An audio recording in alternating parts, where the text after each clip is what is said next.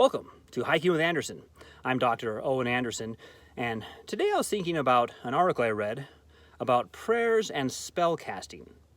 And the article was arguing that casting spells is far superior to praying, because in praying you're sort of passive, you're asking someone else for help while you don't do anything, whereas in spell casting you're getting actively involved in making the world a better place, and you have some say in making this change come about, and it actually works.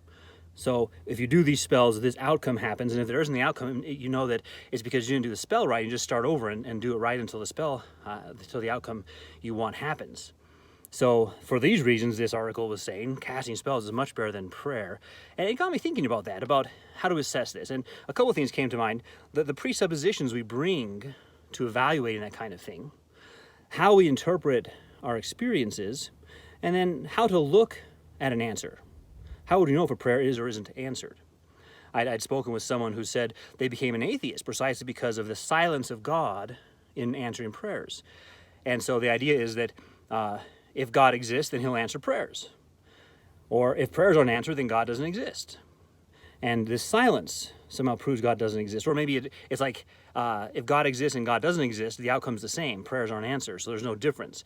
And so both that argument for atheism from the silence of God and the spell casting are kind of practical or pragmatic arguments. You want something, and so you do what actually gets that thing done. That's the correct way to do things. And what we have to do is back up and say, well, how do we know we're wanting what we should want?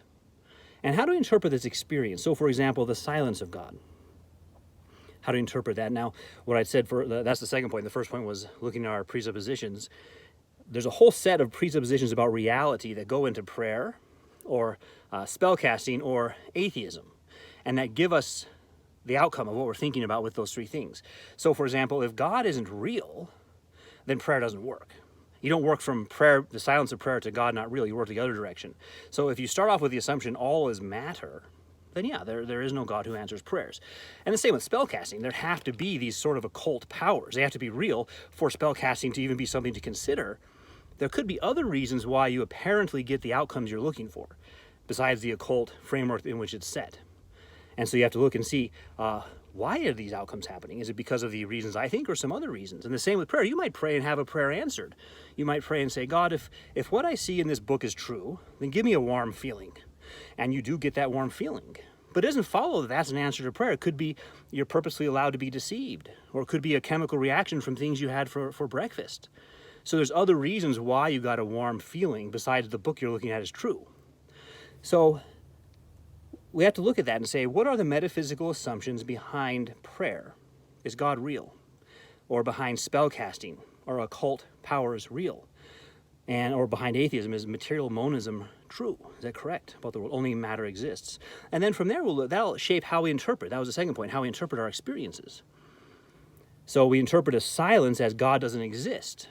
Or we interpret, I got the outcome, I seem to make contact with the other side, or I asked for this to happen and did a spell and it did happen, therefore these occult powers are real. Well, that's what we have to look at and see. I'm interpreting my experience in light of that, and then I'm somehow contacting good powers instead of deceptive powers. Or only matter exists. Occult things and prayer can both be explained better through natural causes. We have to look at that one as interpretation of our experiences. But notice that the pragmatic approach doesn't take that into account, that you're still interpreting your experiences in light of your basic belief, your metaphysical assumptions.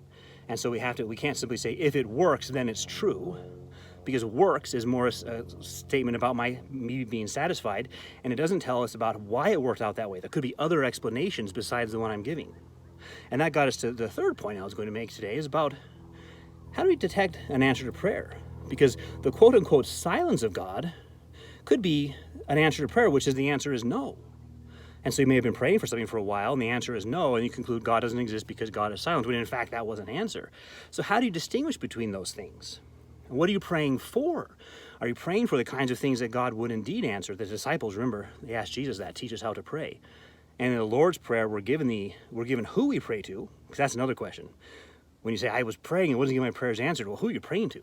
So we're given an answer, our Father, who art in heaven. And then we're given the petitions, the kinds of things to pray for in the Lord's Prayer.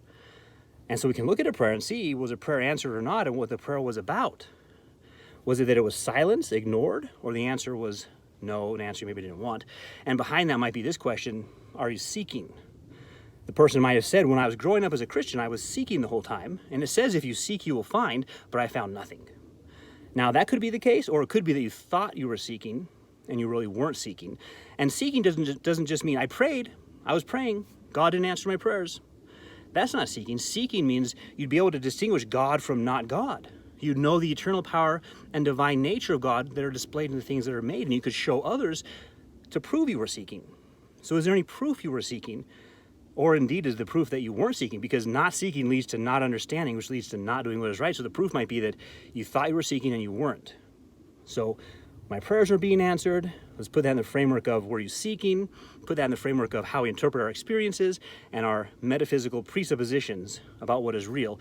And really that's what we would do when we come to this question: should I pray or cast spells? We wouldn't do a pragmatical test, like, a pragmatic test. Oh, I'll pray and I'll cast spells and see which one works. Because there could be various reasons of why they're quote unquote working. And what is it? How do we define working? What we would do is we would look and see, what does each say about reality? And is what they say about reality true or not? And that would be to use reason critically to identify basic beliefs and test them for meaning, which is an important part of doing philosophy. So thanks for joining me out here in the desert as we think about prayer and casting spells. We'll see you next time.